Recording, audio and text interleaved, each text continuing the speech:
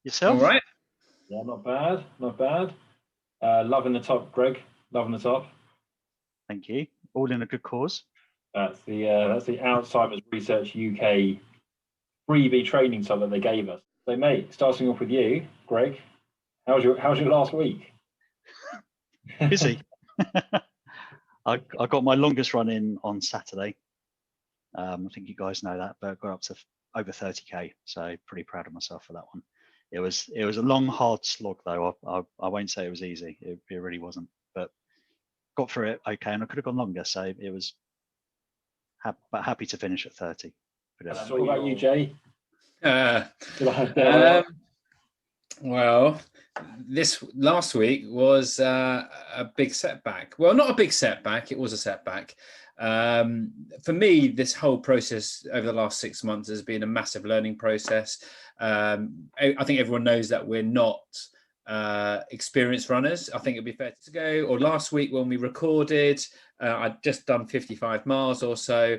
And I think what happens is the more intense or the harder you push your body, the more recovery you need. And I think I was probably guilty for under recovering, and not necessarily overtraining, but under recovering. And because of that, I was very close to an injury last week. I was very tight. Can't get the knots out with a foam roller, so I booked in to go for a sports massage tomorrow. I think the hard thing to kind of wrap your head around is the fact that when you're training for something like the marathon or half marathon or 10k, you can normally get to or get very close to the kind of distance that you're actually going to run. Whereas doing 100 kilometers, there is going to be, I think all of us have marked down 50 kilometers or like a 6 or 7 hour run to be our longest run. There's going to be at least half of the race, which Double is it again. completely uncharted territory for all of us. But also, I come to think of it, I'm being completely honest here.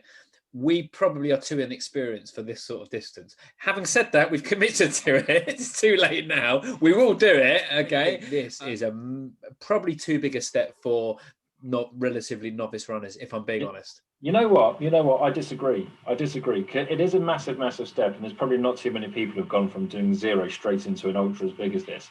Partly it's down to state of mind. I think if you've got the state of mind and the determination to do it, you will. And the other half of it is just training your body over time. Learning by mistakes is all part of the process. I think that pretty much most people can do it. The only thing which is going to stop me personally is, well, my either existing injury or a new injury, which I pick up, and that is experience, and that is about sort of building strength and even more conditioning over time. I think it's going to be really tough, as Jamie said, and we probably are too inexperienced for it. However, we will make it, we will do it, but we are following all the best advice, I think. Yeah. I think part of it comes down to the grit and determination that each of us have. Is also partly down to like the life experiences that we've all had with our parents. I've shared on these vlogs a couple of times, stuff that's going on with our dad. But Greg, are you okay sharing a little bit about what's happened with your mum?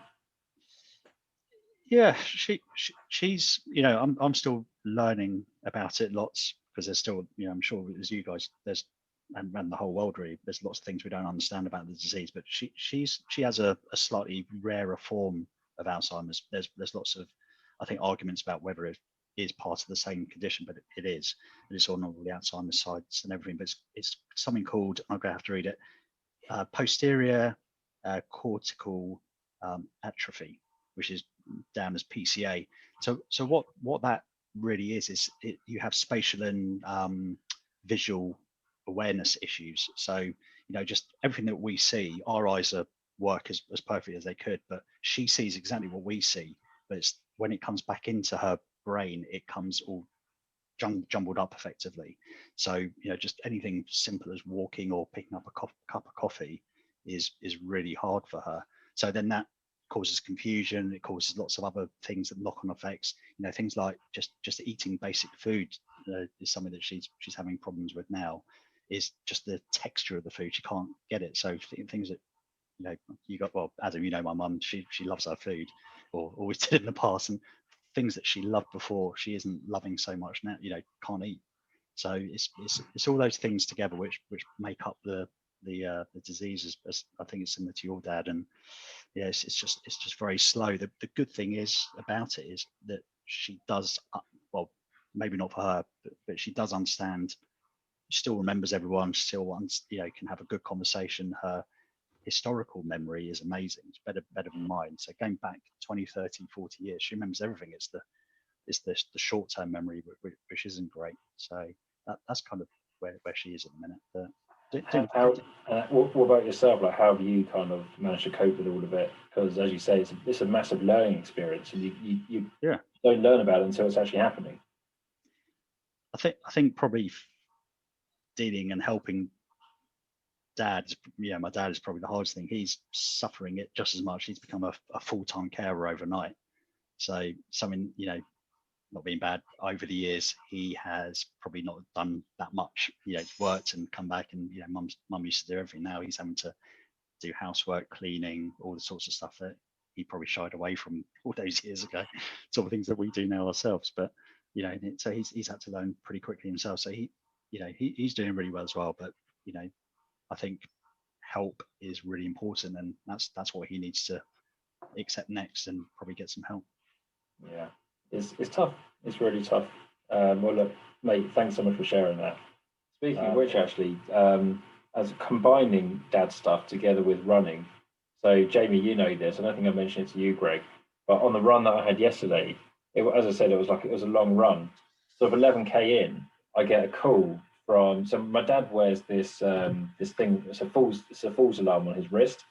So, if he has a fall, it gets triggered and gets sent to like this sort of external number. They then call Jamie and me, and then hopefully somebody can then find out whether he's okay by physically visiting him. So I got a call from this number at like 11k into the run, just as I'm hitting sort of an area with very, very limited service. And then obviously, I wasn't near him, so I had to call around his carers. And long story short, he was absolutely fine. But it's sort of that moment of like 20, 30 minutes of just not knowing. Before somebody actually gets there, I physically couldn't get over there. I couldn't reach him on his mobile, couldn't reach him on his landline. I was very, very close to calling his neighbour, just to kind of knock on his door and check he's okay. And as it happens, he probably just sort of like, knocks into a wall or something. But because his mobility is so poor, and he's on his own, there's just like no knowing whether he's ever going to be safe or not. And he hasn't got the insight to always keep his mobile phone on him. So you buy one of these falls alarm things which goes on his wrist. But it always requires, even though that's a safety measure which you can put in place, it always feels like there's something which happens, which just feels like it's slightly outside of your control. And you just hope that there's going to be people around. I mean, thankfully, Dad's care company, Brunswick, are just amazing.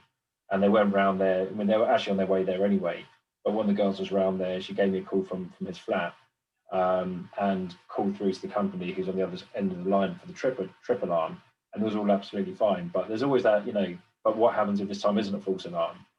And that's part of the hard thing. It's kind of like slightly dementia related, but just probably. I mean, his mobility issues is because of his dementia, and him not being able to be near a mobile phone or have the insight to always have something on him is dementia related. Has he got one of the emergency buttons around his neck though, or is it? Do you say it's on his wrist? It's on his wrist. It's on his wrist. So he could press the red button. He wouldn't press it though. He wouldn't press it. He wouldn't know what to do. Right. So you do still need somebody to kind of go over.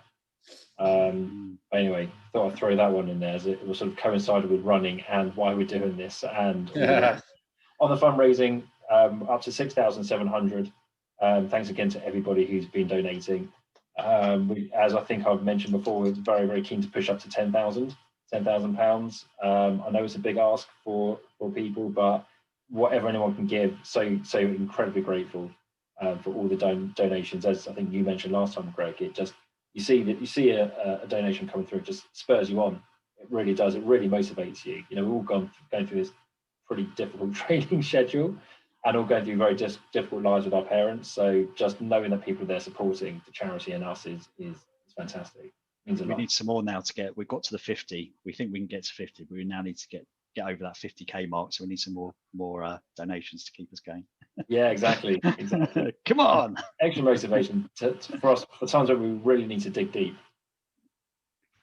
We'll be doing anyway. All right. I know that you're all busy, as am I.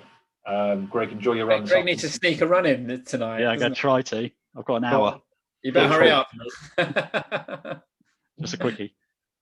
All right, I'll speak to you boys soon, no doubt. All right. Nice to speak. Have a good week. Thanks, All right. guys. Take it easy. Cheers. See Cheers, ya. guys. Bye. Cheers, Adam. Cheers, Jamie.